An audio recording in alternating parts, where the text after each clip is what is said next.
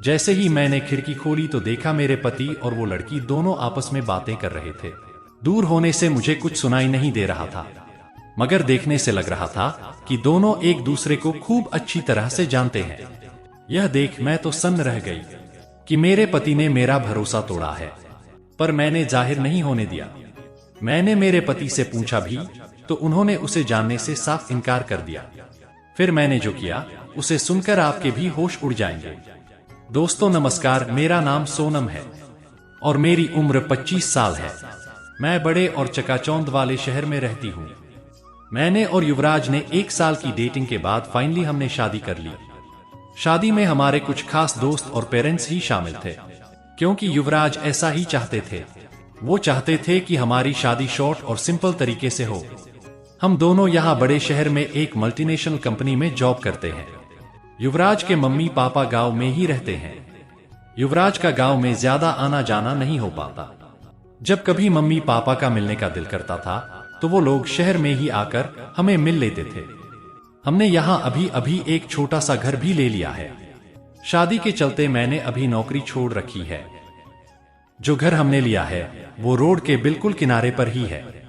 हमारे घर की खिड़कियों से रोड पर कौन आ जा रहा है सब दिखाई देता है। हमारे किचन की खिड़की से भी रोड दिखाई देती है। युवराज के ऑफिस का टाइम सुबह 9 बजे का है। सुबह उठकर मैं युवराज के लिए लंच टिफिन तैयार करती हूँ। अभी कुछ दिन से मुझे खिड़की के बाहर एक लड़की दिखाई देती है। मेरे घर की तरफ वो पता नहीं क्या देखती रहती है। आज फिर मेरी नजर खिड़की के बाहर गई तो रोड के दूसरी तरफ वही लड़की फिर खड़ी दिखी, जिसकी उम्र ज्यादा की नहीं थी। यही कोई 26-27 साल की रही होंगी। वो हमारे घर की तरफ आज फिर बड़े गौर से देख रही थी। पहले दिन तो मैंने सोचा कि होगी कोई, लेकिन वो 3-4 दिन से लगातार मुझे दिखाई दे रही है। मेरे मन में आया कि जाकर मैं उससे बात करूं, शायद किसी और का घर समझकर हमारे घर की ओर देखती रहती है। एक दिन सुबह सुबह युवराज सो रहे थे, तभी वो लड़की फिर वहीं दूर खड़ी दिखाई दी। इस बार मैं उससे मिलने बाहर गई। मुझे अपनी ओर आता देख वो घबरा गई। मैंने उससे पूछा, क्यों, आपको क्या परेशानी है, आप किसे ढूंढ रही है? वो घबराई हुई बोली, युवराज यहीं रहता है। मैंने बोला, हाँ, पर आप युवराज को कैसे जानती हैं? वो इतना सुनते ही घबरा कर चली गई।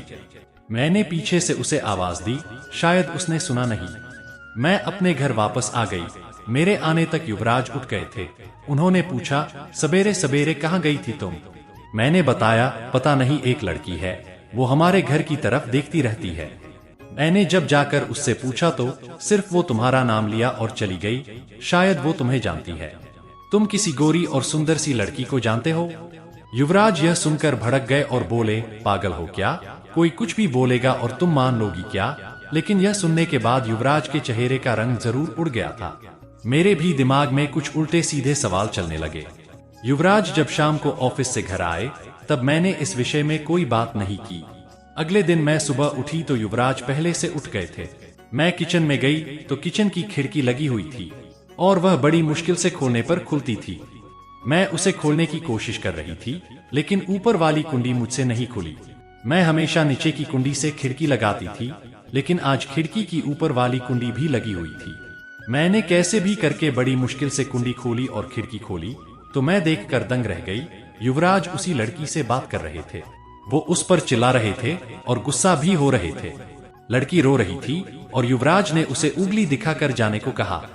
यह सब देखकर मैंने खिड़की बंद कर दी ताकि युवराज को लगे नहीं कि मैंने उसे यह करते देखा लिया है। युवराज फिर घर में आ गए। मैंने ऐसे जताया जैसे कि मैंने कुछ देखा ही नहीं था। अब मुझे ना जाने कैसे कैसे ख्याल आने लगे। युवराज मुझसे क्या छिपा रहा है? मैंने युवराज से शादी करके कोई गलती तो नहीं की है। आखिर वो लड़की कौन है और युवराज उस पर इतना गुस्सा क्यों हो रहे थे?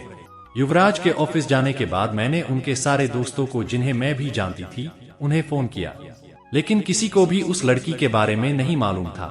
मेरी समझ में नहीं आ रहा था कि क्या हो रहा है। युवराज से पूछना चाहती थी, लेकिन मुझे पता था कि वो झूठ ही बोलेगा। उसके बाद मैंने उस लड़की को घर के आसपास नहीं देखा। यह सब सोचते सोचते मेरी तबीयत बिगड़ने लगी। युवराज मुझसे पूछता था कि क्या हुआ, अपना ख्याल रखो, डॉक्टर के पास जाओ, लेकिन अब मुझे उसकी बातें बिल्कुल अच्छी नहीं लग रही थी। एक दिन जब मेरी हालत ज्यादा खराब हुई तो मैं ऑटो लेकर पास के एक हॉस्पिटल चली गई। डॉक्टर से अपनी दवाई लेने के बाद मैं हॉस्पिटल के पार्क में बैठी थी। हॉस्पिटल में मुझे वो लड़की फिर दिख गई। उसे देखते ही जैसे मेरी बीमारी पता नहीं कहाँ भाग गई। मैं उसके पास तेज कदमों से चलकर गई और उसका हाथ पकड़ लिया और उससे बोला, लड़की रुक, तूने मेरी जिंदगी में तूफान खड़ा कर दिया है। बोल, उस दिन क्या बात कर रहा था युवराज तुझसे? क्या रिश्ता है तेरा मेरे पति से? फिर उस लड़की ने मुझे जो बताया सुनकर मुझे लगा कि मेरा पति ऐसा भी है। उसने इतनी बड़ी बात मुझसे छिपाई। शाम को युवराज जब घर आए तो उस लड़की को अपने घर में देखकर चौंक गए। मैं भी उसके पास ही बैठी थी। युवराज उसकी तरफ देखकर बोले कि अच्छा, तो तूने इसे सब बता दिया। तुझे मना किया था न कि मेरी फैमिली से दूर रहने के लिए। मैंने कहा, युवराज शर्म करो, तुम इतने पत्थर दिल कैसे हो सकते हो जो अपनी ही सगी बहन की मदद नहीं कर सकते हो। वो लड़की और कोई नहीं बल्कि संध्या थी, युवराज की सगी बहन। संध्या ने अपने पसंद के लड़के से शादी कर ली थी, इसलिए युवराज और उसकी फैमिली ने संध्या से सारे रिश्ते नाते तोड़ दिए थे। युवराज ने कहा कि मेरी कोई बहन नहीं है। एक थी भी, लेकिन कुछ दिनों पहले ही वो मर चुकी है। मैंने कहा, युवराज संध्या का पति हॉस्पिटल में है, इसे रुपयों की बहुत जरूरत है। बहन न सही तो इंसानियत के नाते ही तुम्हें इसकी मदद करनी थी। और अपनी पसंद की लड़की से शादी तो तुमने भी की है, फिर जो नियम इसके लिए है तुम्हारे लिए क्यों नहीं है? मुझे पता होता कि तुम ऐसी सोच वाले हो तो मैं तुमसे कभी शादी नहीं करती। जिसको बहन के आंसू नहीं पिघला सके उस आदमी के सीने में दिल हो ही नहीं सकता। इतना कहकर मैंने अंदर से अपने सारे गहने लिए और संध्या के साथ जाने लगी। हमें जाते देख युवराज फूट फूट कर रोने लगा। उसे रोता देख संध्या भी रोने लगी। रोते रोते युवराज कहने लगा, हमने इसे बहुत प्यार और दुलार दिया, पापा मम्मी हम सब ने इसे राजकुमारी बनाकर रखा और ये एक दिन बिना बताए ही घर से चली गई। हमारा प्यार इसने नहीं देखा। इसके लिए मैं रात भर रोया कि कहाँ होगी, कैसी होगी मेरी बहन। तब इसे अपने भाई और मम्मी पापा की याद नहीं आई। अरे मुझसे एक बार कहती तो तुझे क्या करना है, ऐसे ही चली गई थी ना, अब क्यों आई है? संध्या भी भरे गले से बोली, भैया मुझे लगा आप लोग नहीं मानेंगे, इसलिए मुझे ऐसा करना पड़ा। क्योंकि मोहित बहुत अच्छा इंसान था। उन दोनों भाई बहन को रोते देख मेरी भी आंखें भर आई, पर आंसू के साथ जैसे सारे गीले शिकवे भी बह गए। युवराज ने बहन को गले लगाकर उसके आंसू पोंछते हुए उसे चुप कराया और वो मुझे भी थैंक्स कहने लगा। युवराज संध्या के साथ खुद हॉस्पिटल गए और मम्मी पापा को भी बुला लिया। मम्मी पापा दोनों ने बेटी को बड़े प्यार से गले लगा लिया। अब हॉस्पिटल में संध्या के पति की हालत में बहुत काफी सुधार होने लगा। डॉक्टर ने कहा कि जल्द ही पेशेंट को डिस्चार्ज कर दिया जाएगा। आज युवराज की आंखों में मुझे एक अलग ही सुकून दिखाई दे रहा था। युवराज संध्या से बोला, संध्या अब बिना बताए कुछ करेगी तो मैं तुझे कभी माफ नहीं करूंगा।